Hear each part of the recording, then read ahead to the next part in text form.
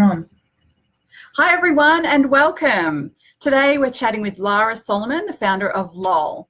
I'd love, if you are tuning in, I'd love you to comment and tell us where you're watching from today. We'd love to see who's here and where you're from.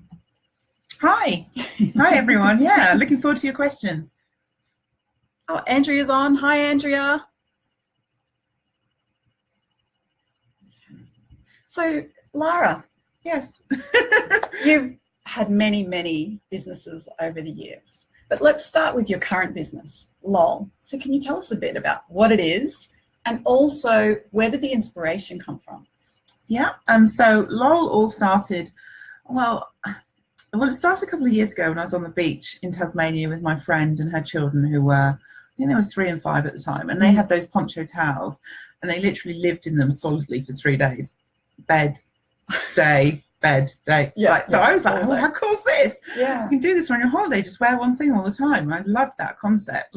And at the time I couldn't see anything else that was the same, or that had all the function that I wanted. Because I used to walk down to the beach and I'd be carrying like a book, I'd be wearing my sunglasses, carrying my sunblock, carrying my phone. I had all this stuff and I was like, it's just such a pain. And then as soon as you want to do anything, you haven't got a free hand. So I basically went back and then designed my own LOLL poncho towel, which have got pockets on the inside so you can put your phone in and keys, money and that kind of thing. Got zippers down the side so you can wear it as a poncho or unzip it and lie out flat like a towel.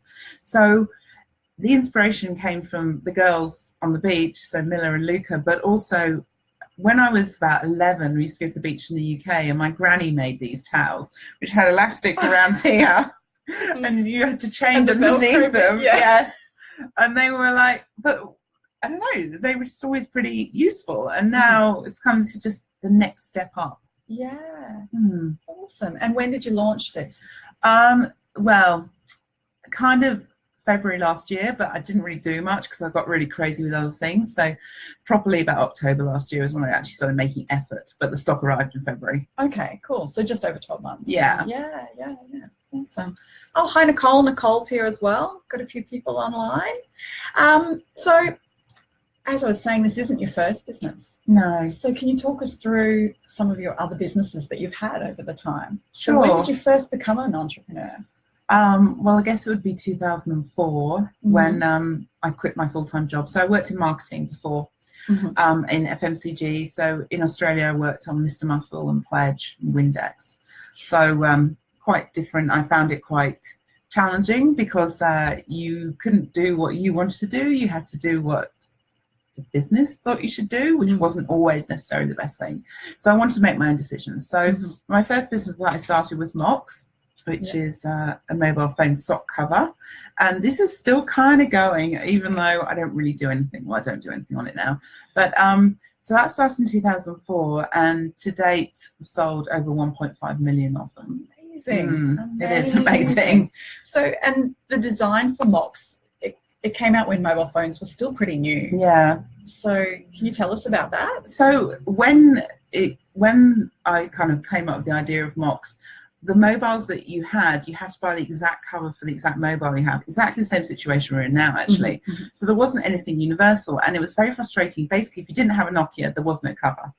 There was no option. So I wanted something that could fit any style of phone and give anyone the choice to buy it.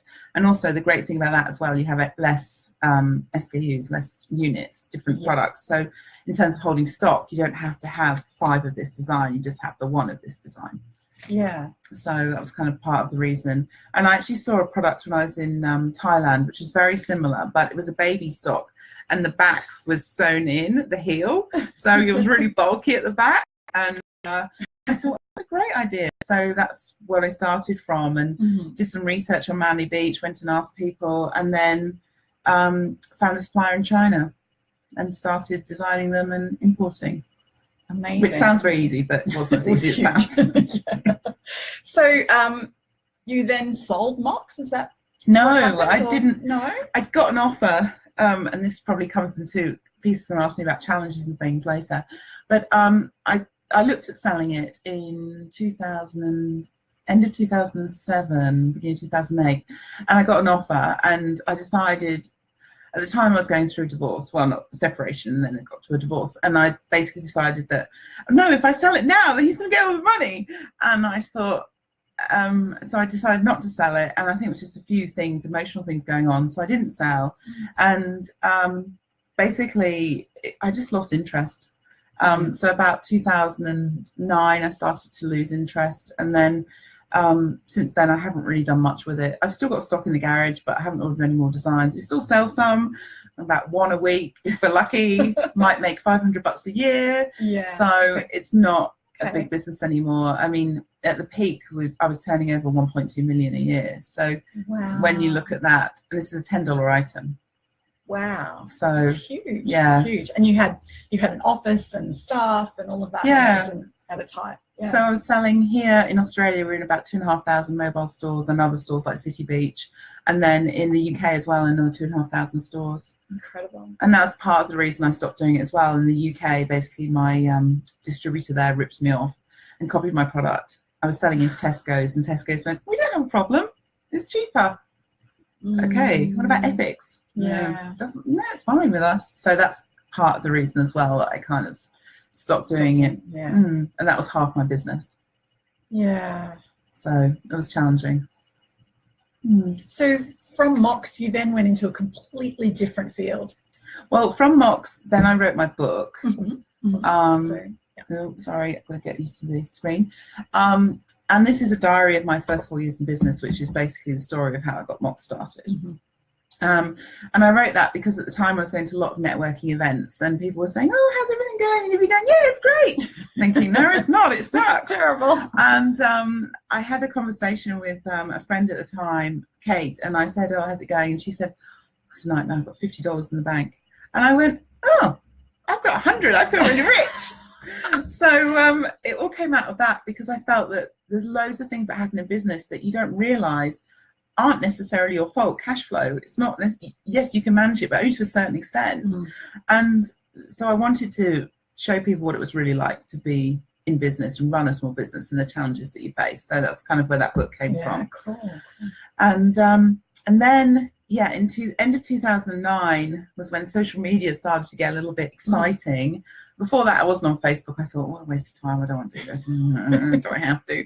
Anyway, we went on it for Mox, and we got really good response with Facebook, and basically got something like 10,000 people onto our page in under 3 months. Yeah. And I realized that, oh, this social media stuff works. Okay. And I was looking for a new challenge, and Social Rabbit, which is a social media agency which launched in January 2010, and that started off as being, I was doing training, online training, physical training groups, did a lot of speaking, and then I did social media for other people, as well as putting together strategies for companies and how to do social media. So yeah, fantastic. But that was much smaller. I had 4 staff when I was doing that. At Mox, the most we had was 13 staff. So yeah, it was a bit smaller. Yeah, and then you did Social Rabbit for a while, and then you did sell. I did sell Social Rabbit. Yeah, I sold that to Lauren, and which was great, because I was doing it, but I wasn't enjoying it, and I've realised, this is one of my learnings, when I don't enjoy something, I don't do it well. I just don't. And much as I can try to do it well and think I'm doing it well, I'm not doing it well. So in 2012, I decided that I just really wasn't enjoying this, doing Social Rabbit. So decided to sell it and go back to the UK, because obviously that's where I'm from, and see if I was missing anything there, as opposed to Australia, where I'd been for 12 years before that. I quickly realised I wasn't missing much, hence why I'm back here. But when I was in the UK, I took a job for an online travel company, just a 1-year maternity cover, working for them. And that was really interesting, because when I got offered the job, there was no job description. It was head of marketing and reporting into the CEO, but no job description. And I kind of got there on day one, and I realised that they were doing all these things which seemed to me absolutely silly. Like, they had a department which did marketing for trade customers, so people like Tourism Australia, and then they had marketing which did marketing to consumers. And okay, great, except they never talked until it was a last minute panic, And then the trade marketing people needed something from the marketing people. And I just, after I've been there, I don't know, maybe a few weeks, I just said, it would be a lot easier if you just told us what you were doing. And they went, oh. So I don't know if it was a realization, but when I was in that business, I ended up doing a lot of process improvement stuff. Marketing as well, but still a lot of process improvement, and I actually really enjoyed it. But I realized that working in a small business had given me a lot of skills, not just marketing skills, and realized that just because if I do X, that has impacts on Y, Z, and all these other things. And that's something that people just in marketing don't always realize, which is why in this business they had it so separate. So it's kind of an interesting time. And then I left there because maternity cover came up and they wanted me to stay, but I didn't really enjoy working for someone else much as they were lovely. And I started another business called Beauty Hum, which was a marketplace. So 2 sides to the business. I can't get my hands in the thing. And so it was for individual hairdressers and beauticians. So you could, instead of there's lots of salon review sites, you can go and find a salon nearest you, you can see what people say about it. But my whole thing was when I moved back to the UK was, great, you say go to this salon, but I get there and I have a haircut and it's awful. And then my friend says, well, you should have gone to so-and-so. And I'm like, well, you didn't tell me to go to so-and-so. You just said go to the salon. So I realized there was a really big need. So I developed a marketplace around that where you were linked to your salon, but the person that was reviewed was the salon stylist that you had, and you could book individual stylists, and the same for beauticians. So that launched in 2014, I think. Yes. No, 2013. And initially I built that myself. I'm not really very techie, but I use WordPress. And I bought a plugin for $100. And I had this marketplace, and I had a VA that helped me, and she did put stuff up for me. But basically I grew that to, I think by the time I finished I had about 850 hairdressers and beauticians on the site. They weren't paying at that point because it was kind of let's get everything going and then get them to pay. I did introduce paying, and the idea was that they would pay to be on there as a way to promote and market themselves. And then I had about 1,500 consumers using the site. So it kind of got there, but I realized quickly with the marketplace that it takes ages. I wouldn't recommend anyone ever doing a marketplace.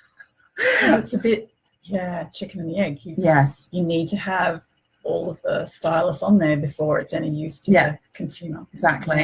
And then if a consumer goes on and I live in this certain suburb and there's nobody, well, this site sucks, I'm never going to go there again. So it's really quite challenging, and you've got twice as much marketing because you've got to market to the consumer and market to the professional. And from what I read after I started, it takes about 3 years to break even on a marketplace site. Platform like that. Yeah, and that's probably being generous. I know other people that have got marketplaces and have been more than 3 years and haven't broken even. So, but it was interesting times because at the time I was in the UK, and then I actually got approached by investors because this whole hair salon thing was a really big deal there. And it was quite amazing. And I did actually at one point go to pitch for £1 million of investment, £1 million of investment. So I thought, well, go big or go home. And but then I decided, once I decided that actually it wasn't something I wanted to do. It wasn't something I was really passionate enough about and excited enough about. And then I came back to Australia in 2015, and partly I came back, well, my mum got ill, and then my mum ended up dying, and I ended up with Beauty Hum. I'd had to move home and live with mum to do it, to have the money to pay for the platform, because it cost about £30,000, so about $60,000 by the time I got someone to build it properly for me. And so I lived with mum for a year, and it was great. And I realised that after she died, that I just wasn't interested in doing it. I didn't want to.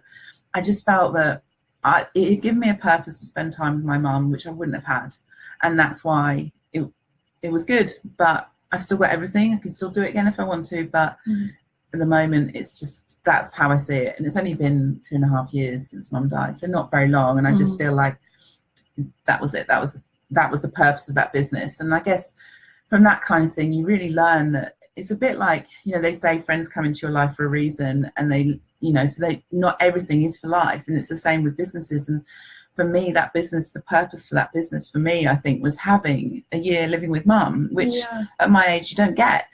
Yeah. It's very unusual. And you've got such special memories about that time that you had. Exactly. So, yeah. Although, of course, she drove me nuts, but everyone's mum does at time to time. So, yeah, so that was lovely. So then I came back to Australia and then I worked for my brother-in-law a bit, selling chicken coops, still do, part-time. And I built up that business for him for the last 2 years full-time, and then, launched LOLL last year. So, it's been pretty busy. Yeah. But good. Lots and lots of and now I'm working with Katie and Peace as well. Yeah. Because I, never have too many things going on. So you do our partnerships with us. So chat with corporates about who wants to work with Osmompreneur and the Women's Business School. Yeah, and try and get cash from them to fund lovely things like this. No. But yes. Yeah, cool. So out of all those businesses, I'm sure there's been lots of learnings along the way. So what have been some of the key things that you've learned? Key things. This is a hard one. There's been so many things. I think probably one of the biggest things is things aren't necessarily mistakes, that they are just learnings. And I have screwed up. I have screwed up a lot of times, like the time when I sent some stock to New Zealand and for a competition, I was giving it away and we didn't put the right value on the customs deck, and that ended up costing $7,500 in customs and duties for something that we were giving away. So, never done that again. Yeah. But I think those kind of things, like just realizing, okay, that didn't work. How can I improve it for next time? And actually acting on that and not just thinking, doing something about it, whether it's putting processes and procedures in place. The one thing that was a really good learning when I had staff is that, I don't know if anyone does have staff, they can drive you nuts asking you the same thing 50 million times. How do I log into this? What's this password? Blah, blah, blah. And one thing I did quite early on is put together a procedure manual. At the time when I did it, it was on paper, but then I moved on to using a wiki, which is like Wikipedia, but it's your own private one. No one else can log in unless you give them a password. And so you can search it. And so that made life a lot easier. So things like that were really good for me. You learned along the way. Yeah. And I then implemented that. I had to, I did some consulting for my brother, and basically he can't really run a business. He admits this himself. And he's great on the creative side, but not on the business management side. So I basically put that all in place for him as well. And it just saved so much time. So I guess one of the learnings is looking for ways that you can save time. If you're doing something, I know a lot of the books say this, and you kind of think, but I'm only going to do this once. Well, maybe not. It's like when people email you with questions or Instagram tags. This is one thing I do all the time, is I have my Instagram tags saved and I just copy and paste, which I'm sure you do as well, Peace. But that kind of stuff. Otherwise you just go, what was it again? Yeah. What hashtags will I use? Yeah, exactly. I know. It just makes life so much easier.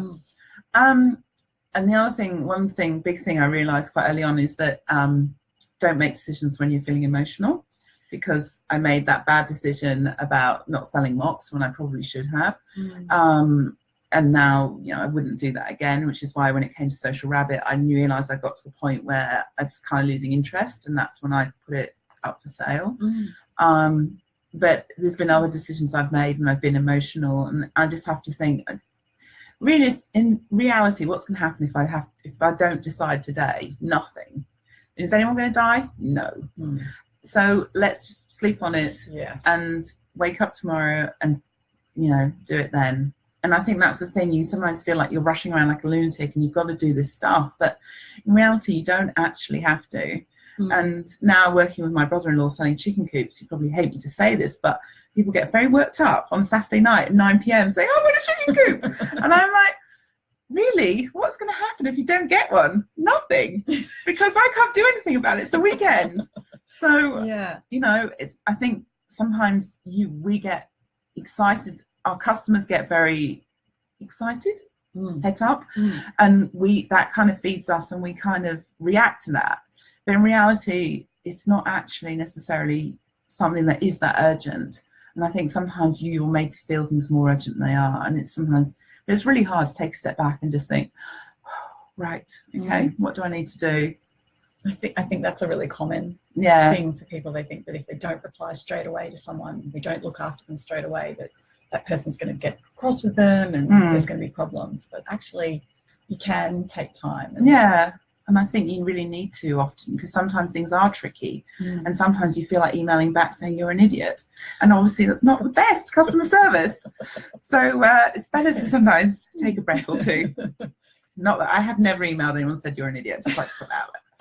So tempting as it may be, yes. And if you're going to do it, type the email. Don't put the name in the thing at the top. Otherwise, if you press send by mistake, you're in a lot of trouble. But I don't know what other learnings and challenges. Well, challenges. One of the big challenges I had early on with Mox was finding a supplier in China. So when I initially found the supplier, I found it online through Alibaba, which everyone probably knows now. He was actually a middleman, so you can get like a distributor, but so you place the order with him and then he goes and finds a factory to make it and then he sends it to you. But the challenge is there is that, okay, order 1, he might go to factory A. Order 2, factory A unavailable, he goes to factory B. So you get different standards. Levels of quality. Quality, and makes it very, very difficult because, and I didn't realise that he was a middleman when I first started dealing with him, which made it difficult as well. So I didn't realise that was the situation until the stock started to come in. The first lot, great. Second lot, what's going on? Complain. And then I just had an issue where he just wouldn't respond to phone calls, to texts, to anything at all. And this was back in 2004 where it wasn't as easy as it is now. It still had Skype and stuff, but it just wasn't as easy. So I actually ended up just going, right, stuff this, I need to find a new supplier, and went on to Alibaba, found loads more suppliers and picked 5 days and went to Shanghai for 5 days. And by yourself? By myself. Yes. And it was the Shanghai, not like Shanghai is now, not at all. I was, in the 5 days I was there, I saw 10 Western people. Nobody spoke English. No, the hotel staff did, but I'd set up all these meetings beforehand, and so I'd go down to the hotel and front desk and say, this is where I need to go, and it will be written English. They'd have to translate it into Chinese, and then they'd go out to the taxi driver and say, this is where she needs to go in Chinese. I just had to get in a taxi and hope that I was going the right place and I wasn't going to be murdered. But hey, still here. Still here, yes. But that worked so well for me because I met this girl, Lucy, who I'm still in touch with now, who works at the factory. And I ended up going to the factory with her for the day. It was like 4 hours on the bus each way. It's a good way to get to know someone. And we ended up playing ping pong. We went out for dinner. I met her husband. And that was such an amazing, well, still is such an amazing relationship that I couldn't have built the brand. I could not have built my brand without her, because with the Mox brand, quality is so important. And also, like, you know, sometimes you get people saying, oh, like a big order saying, I need X. Well, if you can't deliver, then you kind of stuffed. And often they say, well, if you can't do it by this day, then forget it. So just having someone there, and she would turn stuff around in 2 weeks for me, and their normal lead time was 6 weeks. She tells me now that when I first went to the factory and met them all, they were basically laughing, not at me, but afterwards going, what does this Australian girl think she's doing? She's never going to sell as many. And then when I came back and reordered, they were like, oh my God, what's going on? This is, whoa. And Lucy always said that I was never the biggest customer, but I was always the customer that I liked most, because I interacted a lot with them. They loved what I was doing. They loved that they were helping me build my business. And it was funny, and I look back on this now, and I don't know if this is a mistake or anything, but when she first gave me the quote for Mox, she said they were going to be 24 cents each, US. And I said, really? Because I'd seen the conditions and seen people working, and it's not like it is here. And it wasn't awful, but it was people sitting around in little stools and stuff, and, you know, health and safety. It was, you know, the old Chinese safety boots, you know, wearing thongs and stuff. And I said, no, I need to pay more than that, Lucy. She's like, no, you don't. I said, no, I do. Look, I don't want child labour. I don't want people to be exploited. I don't want people to work more than, like, you know, 8 hours a day or whatever the standard was at the time. And she said, no, we're looking after everyone. I said, are you sure? Because I can pay more. She's like, no, we are. And I don't know, maybe that was really naive, but maybe that's another thing that kind of endeared me to her, I don't know, but I just really felt that yes, things are cheap in China, but just because they are cheap doesn't mean you have to pay a little amount. You can still get quality, and realistically you could have paid just a few more cents more. And so it was just a really interesting conversation with her. Yeah. So yeah, but yeah, I know I guess being passionate about what you do is very important. That's probably a big learning for me as well, which we were just talking about before we started. So, and there's a couple of comments there. Yeah. When I don't enjoy something, I don't do it well. And so for you, you've moved on. You haven't kept struggling with things. So can you tell us a bit about that? Yeah. So I know with Mox, it was very, very apparent. I wasn't as passionate. I wasn't as excited, and I was meeting people and talking to them, and it wasn't that I wasn't articulating things, and it wasn't that I wasn't giving the right information. I just didn't have that excitement, and it was noticed. And same with Social Rabbit. You know, got to the point where I'd be like, oh, I don't want to deal with this person. I don't want to do this, and I just was like, when you don't want to do something, and there are things in business you have to force yourself to do that you don't particularly enjoy. But when it feels like that every single day for every single thing, or probably like 80% of the things you do, it's just, that's no fun. You just, no. For me, I think partly this revelation has probably become more transparent to me since Mum died, but because if life's so short, and if you're not doing the things you enjoy, you're not really living a great life. And now I don't work full time, I work part time, I do lots of different things, but I have a flexible life. I can swim, I love ocean swimming, I can swim whenever I want, I live on the beach, I take as much holiday as I want to take, and I see my family as much as I want to. And I always make sure I've got enough money that I can fly back to the UK whenever I want to, regardless. So for me, those are my priorities, and I think it's important to have your priorities in life. And everyone's going to be different. Like, you know, if you're a mum, it's probably going to be more around your children. But, you know, I don't know, running your own business is great, and I love it. But at the same time, it's not always the be-all and end-all. And I think that's just what people need to kind of realise, that there are other things in life, and sometimes it feels like it's just that, and you're so excited and you want to stay up to 10 o'clock at night and midnight, whatever, and doing it, and that's cool. But you don't have to do that all the time. Yeah. And I think the other big thing is that when you come out of corporate, and being in corporate, you work, 9 to 5, 5:30, whatever, 10 o'clock, midnight, whatever. And then you start your own business, you think, right, I have to work 9 to 5. Well, no, you don't. And that takes a really long time, I think, to get your head around. For me, it took a very long time, and especially because I don't have children, I could basically do as much as I wanted. But now I'm like, well, you know, like this morning I got up, did a bit of work, half an hour, then I went for my swim, and then I came back and I got showered and dressed. I was showering and dressing in the 9 a.m. slot. It was like, oh my God. But, you know, crazy. I know. But I'm cool with that now. And I think it's just finding what works for you. And especially, like, you know, running a business gives you that flexibility. So you should take advantage of it. You know, I often go out for like lunch with friends. I have a girlfriend that has Fridays off. She loves going to the Nana movie sessions. So we go at 1 o'clock in the afternoon on a Friday. But I can do that. And then it just means I don't necessarily go out Friday night. I'll do some work on Friday night. But that's what I love about being able to be flexible and running your own business. And that's why I'm saying doing things you enjoy is just, I think, so important. Yeah, absolutely. Now, I'd love to take questions from our viewers today. So if you've got a question, can you please pop it in the comments? And today we're giving away prizes. So, I forgot about that. We're going to choose 2 of the questions that are asked today. They will get, one of you will win a $100 Maya shopping spree gift card. And can I ask the a question? other prize is,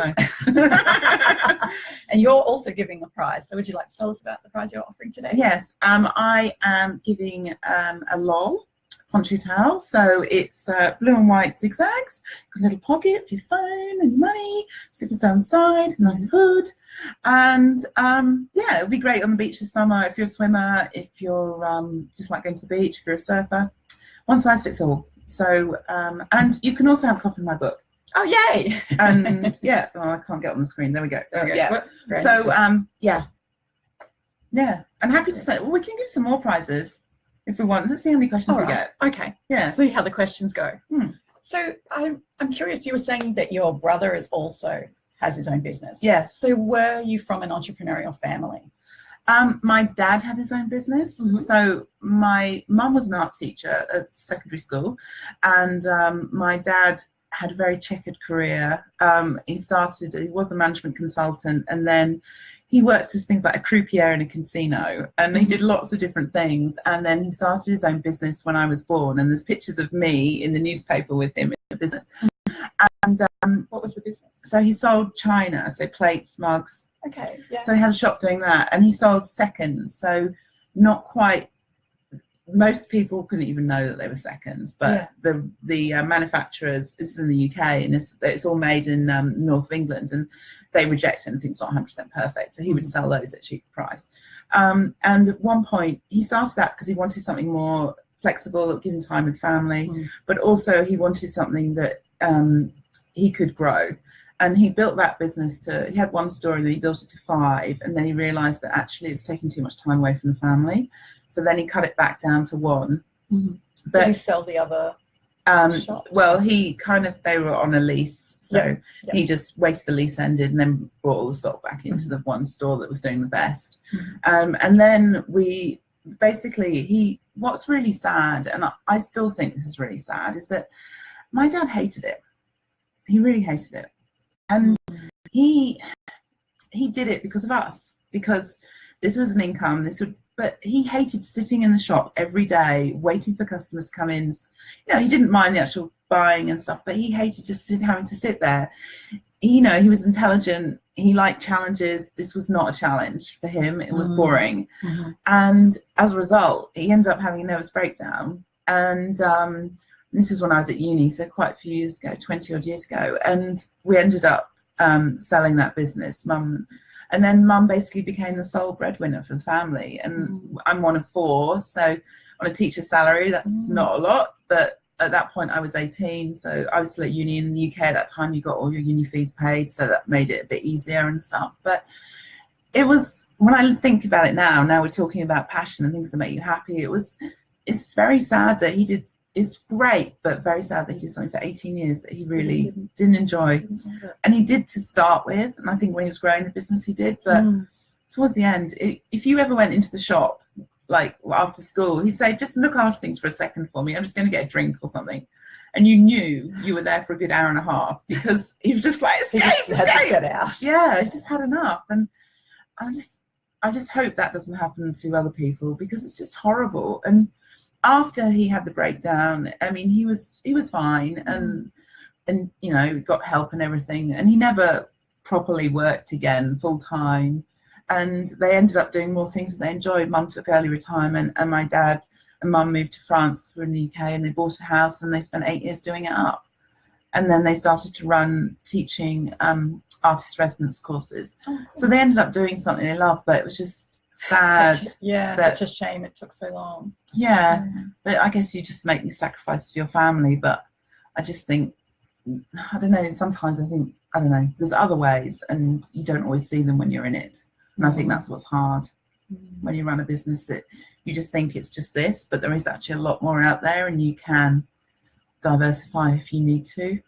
So yeah. Cool. So Danielle has a question for you, and her question is, if you could go back and give yourself one piece of advice in the beginning, what would it be, and why? Oh, that's a hard one, Danielle. It's very funny, because I remember at the start, when I first started doing mocks, I'd sit at home and I'd be in my bedroom and I'd do a spreadsheet. This is how many sales I'm going to do this year. And I was married at the time, and I'd come out and say to my husband, do you know what? I'm going to make $4 million this year. And he'd be like, really? Is that worst case scenario? I'd be like, okay, maybe I should tone it down a little bit.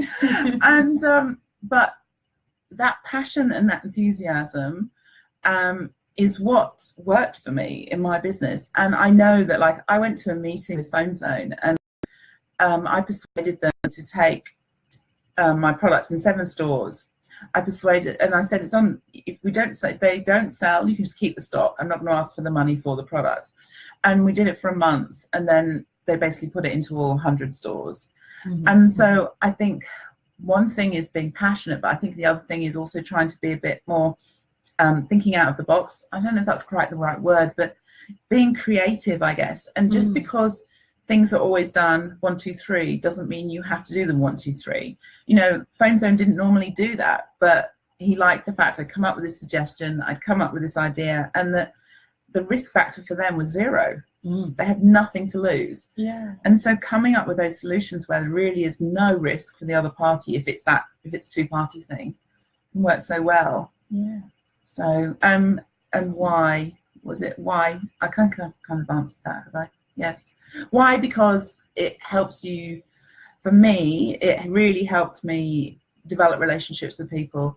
I mean, the other things we did with Mox anyway, I did a Ronald McDonald House version where we donated a certain amount to charity, and they didn't have the money to pay for the stock. So I said, that's fine. We'll do the designs. We'll pay for the stock. We'll sell them on our website, and we'll just give you the dividends every quarter, because I thought that would be that was a great thing for us to support as a business. So coming up with things like that where it's not what they normally did, but it worked. And I think, again, with things like Social Rabbit, you know, it was kind of new. No one was doing for business, although it sounds absolutely mental when you think about it now. You know, I came up with different ways to do it. So the first workshop I did was completely free, and I did a number of free ones as a way to get people in. And I know that everyone does that now, but at the time, it was different. So I guess thinking differently, because it does, A, it makes you stand out, but I think B, it also gives you extra opportunities. Excellent.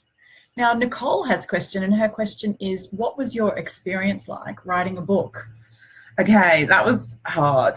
Well, easy and hard. It was funny because when I first started my business, my dad said to me, you should keep a diary. I want to write a book about it one day. And I was like, yeah, right, Dad. Ha, ha, ha. Like you do. You never believe what they say. But I did for the first year or so. And then when I decided to write the book, I actually went back to my parents' house in France, and I was there for 4 weeks. And in 3 weeks, I wrote the book. And I took my diaries. So I still am a paper diary person. So I write down, each day I write down what I need to do that day, and if I have meetings. So when I came back, it was very easy to go, oh, so that was the day I met with Peace, and I had on my to-do list to do blah, blah, blah. So I knew kind of what was happening at the time. So it was actually quite easy to write it. The challenge came in editing it, because it was my story. And I'd be like, well, it's obvious what happens next. And people reading it going, it's not obvious. No, what happened to this person, and what happened to that person? And Valerie Koo, actually, from Sydney Writers' Centre, was my editor, and she was fabulous. And I had to go and do a lot of adding bits in, which was boring for me. I was kind of like, I've done it. I just want to move on. Yay, publish it. Yeah, let's go. And then I self-published as well, which was really easy. And so I just got it laid out. I got a friend of mine's PA to lay it out for me, and we didn't do anything. We just did it as a PDF. It really was nothing flash. Yeah. And then I got my graphic designer, did my Mox designs, to do all the artwork for me, and back cover as well. and back cover. And then if you open it up inside Piece, you can see. Oh yeah, we've got flaps and stuff, but on the actual pages, we've got a little mock on each corner. So the idea, I wanted it to incorporate like some branding as well as actually the story. So different designs on each page. Yeah, and then I actually got my Lucy, my sock person, she found a printer for me in China, and she got it printed for me, and we shipped it over. So it was very, very easy process for me. And the hardest bit was the editing. Yeah, and then did you have a distributor? Did you get it into bookshops? Yeah, I used to sell. I had a distributor, and I sold into Borders. They didn't go bust because of me. And Angus and Robertson, and quite a few other places. It's really interesting. You don't really realise this, but something like 95% of books don't sell more than 100 copies. And to be a bestseller in Australia, you have to sell 5,000 copies, which is really not that many. I mean, I haven't sold 5,000, but I thought I'm going to be a bestseller, so I printed 5,000.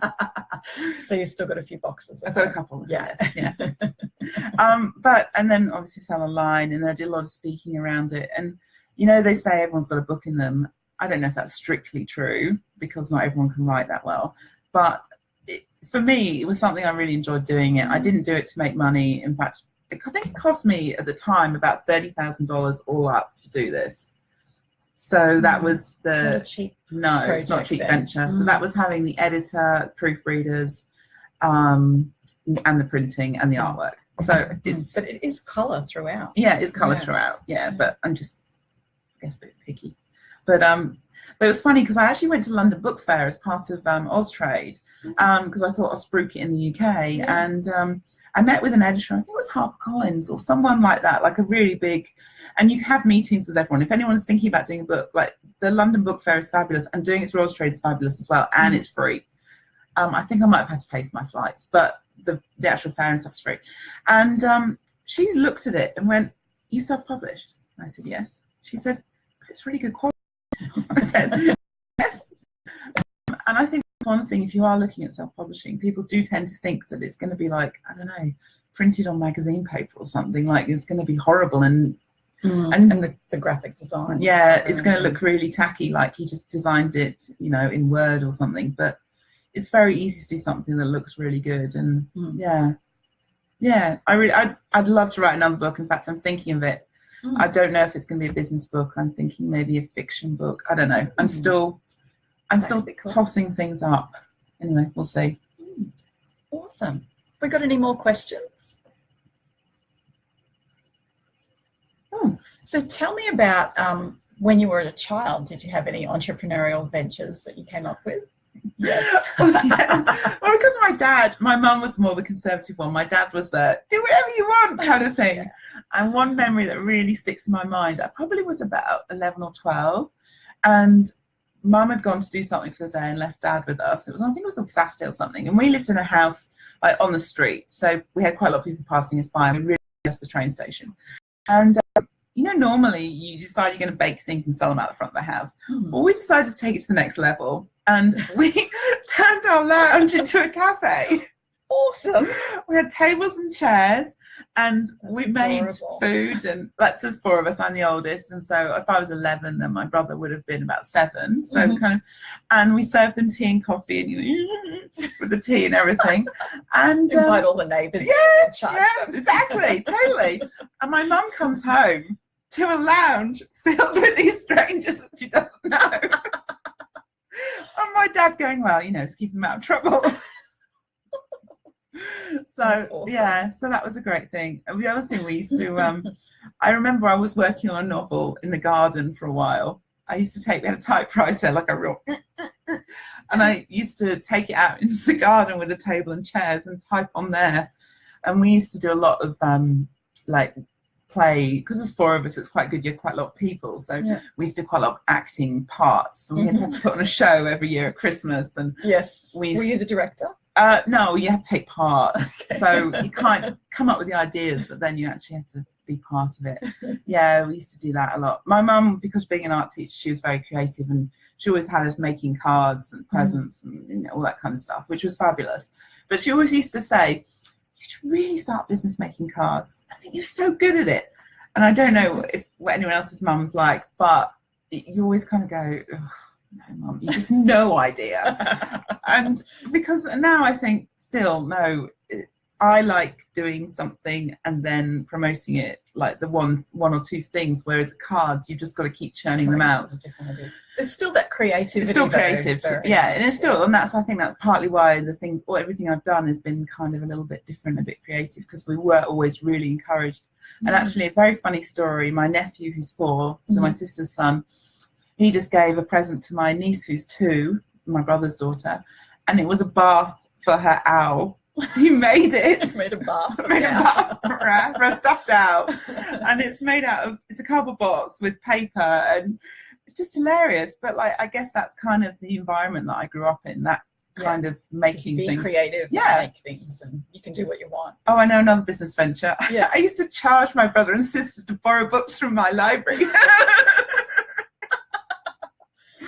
I had a ticketing system and everything. That's awesome. We've got another question here from Danielle. Books. So what are the top 3 books you think everybody entrepreneur should read? Oh, there's so many books. So many books. Well, one thing that really stands out for me, I think, is the E-Myth. Have you read that piece? Yes. And it's something that I keep coming back to because I see so many people that are not working on their business, they're in their business. And I think until you read that book, you don't realize that you're in it and not on it. So that's a really good one. And it's a really easy read. And when it comes to business books, I like things that are easy. Yeah. I can't wade through stuff for hours if I've got to really think about it.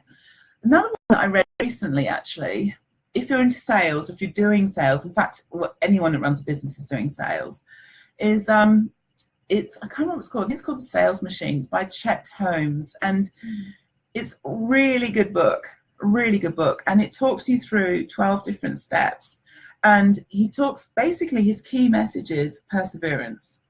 His key message is, even when you think you're being annoying, you're not, keep going. And he talks about things you should put in place and things that you should look at. And I actually read it before I started working with Katie and Peace, and then I thought, whoa, I can put these things into practice. And it is amazing that I sometimes think, oh, I'm bugging these people too much to ask if they want to be a partner or if they want to sponsor us. But they come back and, oh, I'm so glad you got back to me.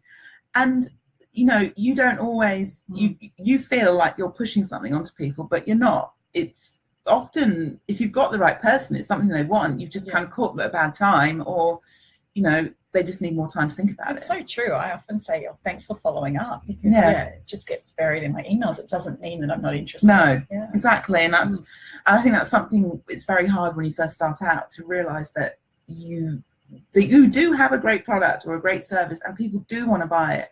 Just because they haven't responded doesn't mean it's a no. So that would be a great book. Another one, it's so hard. There's a lot of good books out there. What's one you've read recently? Well, at the moment, I'm reading a book on Amazon and how to utilize Amazon more as a sales channel. But another one that I do come back to a lot is 4-Hour Work Week.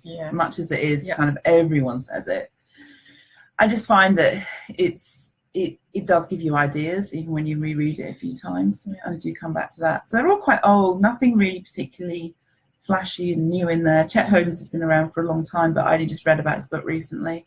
But I mean, the other books I love reading are biography type books, like the Janine Ellis, those kind of books.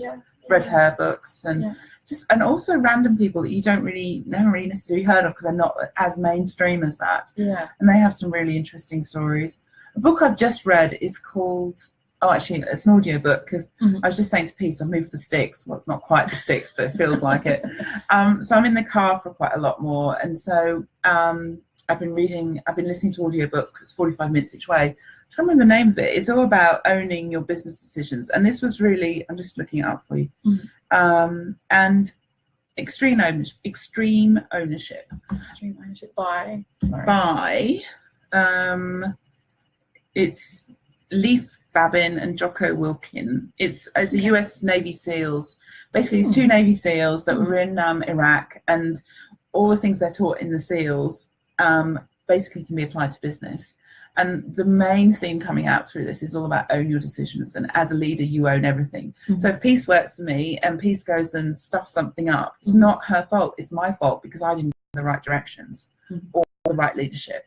So it's about owning the decisions that your team takes and not blaming, not saying, right, well, Peace, you stuffed up, right, you're fired. You know, it's about owning those things. And I was talking to Peace earlier about the fundraising event I'm doing and how the person that's helping me is not the best help. And I kind of was reading this book at the same time listening to it, and I thought, I just need to own this. I'm not the leader in this team, it's a team of two, but I need to act like the leader. I need to own this, because if it fails, it will be my fault, even though the other girl's not pulling her weight.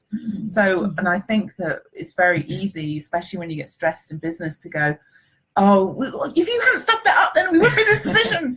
And it's very hard to own it. And as a leader, that's what you really need to do. Is own it. Awesome. So that's a really good one. And I love Audible. I don't know what. I love Audible too. So it's been the best. Good. We've read some good books as well in book club. In the book club, it's been good. Year of Yes, that was great. That was a great book. Some of the others I wasn't so keen on. Yeah. Did you read Playing Big? Tell more. The No. last one, you missed that one. And Drive? Carrie Ann Huffington? Thrive, just couldn't finish. Too long. No, it was just too slow. Yeah. Okay. Sorry, guys. I struggled with that. I just couldn't really get into it. Yeah. I actually just sold it on eBay.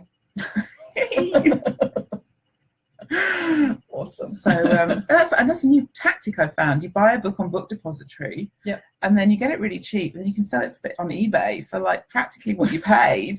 Yeah, and then use that money to buy a new one. Exactly. Just recycle. So yeah. Awesome. Well, thank you so much for chatting. Have we got any more? Had a great questions? chat. No? Okay, You're cool. honesty. Yeah, I'm pretty honest. Yes. Yes. Now, while we've got you all here, I wanted to remind you that we've got our 28-day challenge starting next Monday, the 20th of November, and we'll be going through our goal setting for 2018 and reflecting on 2017 and the lessons we've learned as well.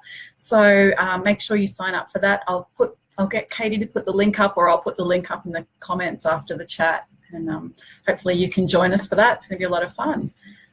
Do we pick our winners now? We do have to pick 2 winners. Well, we've had 2 questions, haven't we? Yeah, we've Danielle. only had 2 questions, and Danielle won a prize last week. Oh, so. So Nicole, I'm going to give you the My Shopping Spree. Yay! If you don't need it, feel free to give it to me. No, I'm joking. And do you want to choose a winner for the towel? Well, we've only. Danielle. Yes, Danielle. So Danielle's the winner of the LOL towel and a book. So send me the address. I will, and we will get that sent out. Those prizes out to you next week. Yes. Awesome. Well, thank you so much. That's and okay. If people want to buy a towel, it's lol.com.au. Yeah, so LOLL stands for Lots of Love, Lara. Oh, I was wondering what it stood for. That's awesome. Yeah. That's awesome. So we're free shipping, and they are $60 for the regular designs, and if you want to look like a shark, then they're $65, and with the shark ones we donate to the Australian Marine Conservation Society as well. Oh, that's awesome. So and they've been very popular with all ages, actually. Yeah. Men, women. It's fun. Yeah. And I swim every day. I wear one every day, and just spruik it. I think that's the other thing with whatever you do. You need to love your product. Yeah. And that is one of the reasons actually that I started working with Katie and Peace, because I love what they do, and I love like the feeling, the vibe in the Oz Mums network. And so basically I wasn't necessarily looking for something else to do, but it was just a case of I really love what they do and I want to help them do it better. And so that's kind of how it all came about. Yeah, well, we love working with you. Good. Such a wealth of knowledge. So that's awesome. Good. That's awesome. Good. And so next week, instead of doing a live, we're doing a webinar with Reckon. So I'll post details for that as well, that you can sign up and find out all about the Reckon accounting software platform too. Yeah. Great. Awesome. Thanks, everyone. Have a great day, and we'll talk again next week. Bye. Bye.